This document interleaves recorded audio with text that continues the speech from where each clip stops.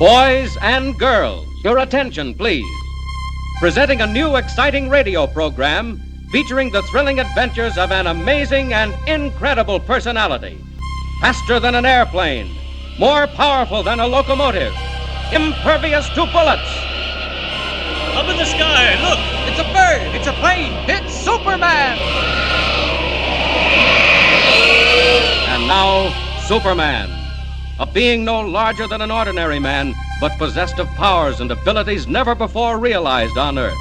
Able to leap into the air an eighth of a mile at a single bound, hurdle a 20-story building with ease, race a high-powered bullet to its target, lift tremendous weights, and rend solid steel in his bare hands as though it were paper. Superman, a strange visitor from a distant planet, champion of the oppressed, physical marvel extraordinary, who has sworn to devote his existence on Earth to helping those in need. As our story begins, we ask you to come with us on a far journey, a journey that takes us millions of miles from the Earth, where the planet Krypton burns like a green star in the endless heavens. Here, civilization is far advanced. It has brought forth a race of supermen, men and women like ourselves, but advanced to the absolute peak of human perfection. As we near Krypton, we see high walls and gleaming turrets. We approach the magnificent Temple of Wisdom, and there in a great hall, Jor-L, Krypton's foremost man of science, is about to address a meeting of the planet's governing council. Attention! Attention, gentlemen! Jor-L speaks. Members of the council, I have completed my solar calculations. And much as I dread uttering these words, I have come to the conclusion Krypton is doomed. Did I hear him right? Gentlemen, hear him out. These internal quakes we've been experiencing, these volcanic eruptions, tidal waves, gas escaping from giant craters, all point to only one thing, gentlemen. Krypton is utterly and finally doomed. Why, the man's mad. He's absolutely One moment, gentlemen. One moment. There is no cause for anxiety. I am certain Jor-L has made a mistake.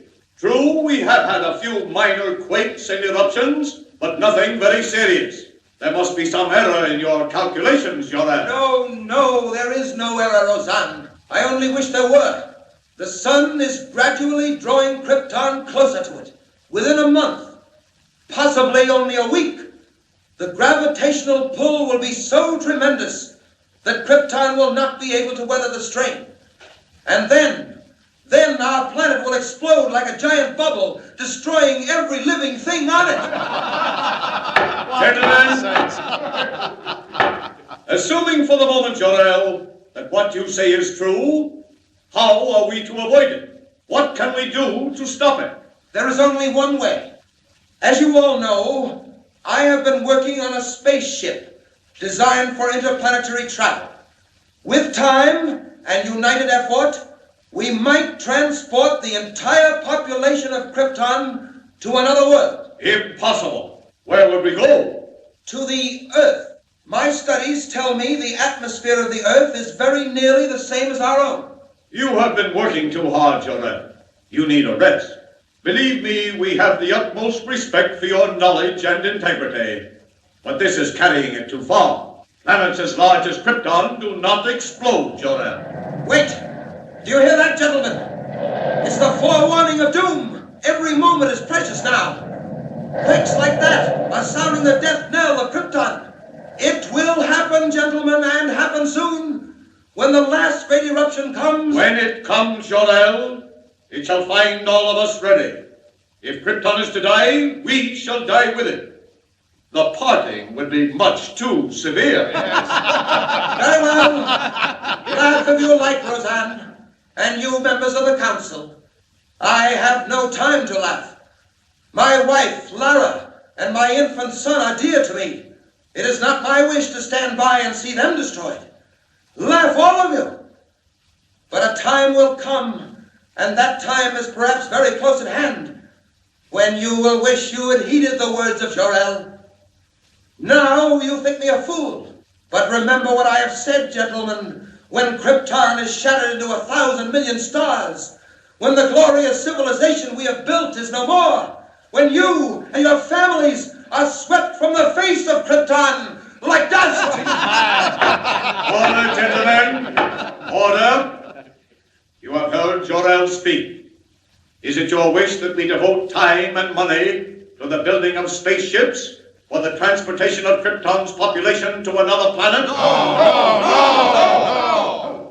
I'm sorry, Jor-L. The Council has spoken. Yes, and signed the death warrants of every living thing on Krypton. Well, I've done my best to convince you. Now all that remains for me is to proceed with my own means of salvation, my own spaceship, to save the lives of those near and dear to me. As for the rest of you, may the gods have mercy on your souls. Jor-L is mad. He is absolutely mad. Lara, I didn't see you. I came out to take the air on the terrace. It's been terribly hot all day. Is that because we're being drawn to the sun, Jor-L? Yes. What did the council have to say about that? I didn't mention it. Is the model of your spaceship almost finished? Yes, I just drove the last rivet. How does it look? Splendid. But will it work? That remains to be seen. If it does work, I shall immediately begin construction of another just like it, only much larger. One big enough to carry all three of us to another world. Jor-L, when will that be? Every moment that we spend waiting and wondering... Yes, I know, Lara. It's been hard on all of us, and particularly hard on you. How is the boy? Sleeping, Jor-L. That quake this afternoon frightened him, but he's all right now. Can't you come in and look at him? You scarcely see him these days, what with working all hours on the spaceship model. It can't be helped, dear. I'm racing against time. Right now, I'm anxious to know whether the model will behave as I hope. How does it operate? Very simply. When all is ready, I throw this switch. That closes the circuit, and electric energy builds up pressure in the atomic generators. Then, at the final moment, the pressure forces the ship from its carrier and speeds it on its way. But where does it go? Wherever it's pointed. This one I'm directing to the planet Earth. Earth? What is that, Jor-L? A planet smaller than our own, situated on the other side of the sun. It's inhabited by a race of people similar to ourselves. Like ourselves? Well, only partly, of course, my dear. They're about the same size, but nowhere nearly as developed. Very weak and helpless, and with all their faculties extremely limited. How do you mean? Well, it's something like this. You know how far you step when you want to go somewhere? Practically as far as I want. Why, one step takes me to Brata's house near the fountain. Exactly. Well, down where I'm sending this spaceship, it's quite different. An Earthman steps only 3 feet at a time at most, and everything else is in proportion. And that's where we're going? Oh, how dreadful. My dear, which would you rather do? Go to Earth and live, or stay on Krypton and die? I'll do anything you say, Jor-L, anything. It doesn't matter to me whether we live or die as long as we're together. It's only the boy I worry about. Yes, I know. Oh, Lara, darling, don't worry. He'll be saved. When are you testing the spaceship model? In the morning. Just as dawn breaks, I'll send it on its way, watching its flight through a high-powered telescope to see whether it lands safely on Earth. Is Earth the only place we can go to, Jor-L? We couldn't breathe on any other planet but the Earth. It happens to have an atmosphere similar to Krypton's. I suppose you know best, Jor-L. Are you coming in? It seems to have gotten oppressively hot. Yes, it has. I wonder. Lara, do you hear that? Yes, Jor-L. What is it? Subterranean explosions. Do you feel the ground trembling? Yes, I do. Jor-L, do you think? Lara, I'm afraid it's come. Where is the boy, Kal-El? What do you mean? Get him quickly. This is the end. Jor-L, what can we do? Nothing. I'm not ready. Oh, what a fool I've been to delay. It isn't your fault, Jor-L. You did all you could. If only this model were large enough, we could take a chance. Jor-L, would it carry one of us safely to Earth? Oh, I think so, but... Lara, where are you going? Stay here with me. I'm getting Kal-El. If one of us can be saved, Jor-L, it should be the boy. No, Lara, come back. If one must go, it should be you. Lara, I said come back. Come back. Here he is, Jor-L, still asleep. Goodbye, Kal-El. Please, Lara. No, Jor-L, listen to me. We both stay here. Kal-El goes in the spaceship. If there is a chance, Jor-L, one little chance, I want it for my son. Maybe you're right, Lara. Jor-L, look. The sky. It's fiery red. The mountains. Look, the mountains are falling in. Jor-L, what's happening? The end of Krypton, Lara. Just as I foretold.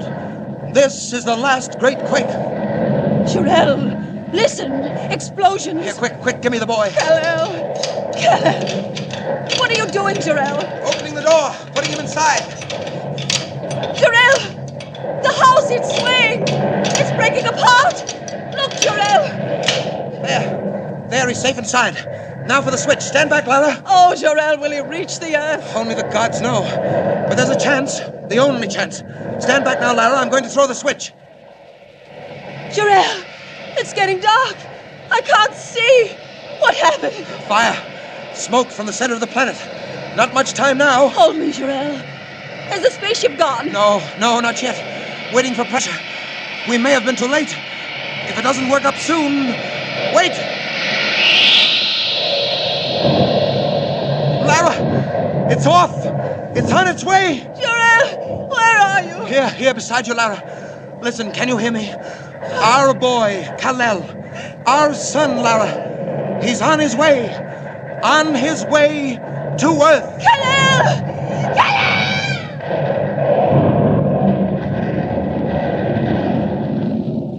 So the tiny rocket ship roars into the uncharted heavens as the mighty planet of Krypton explodes into millions of glowing fragments, glittering stars to remain forever in the night sky.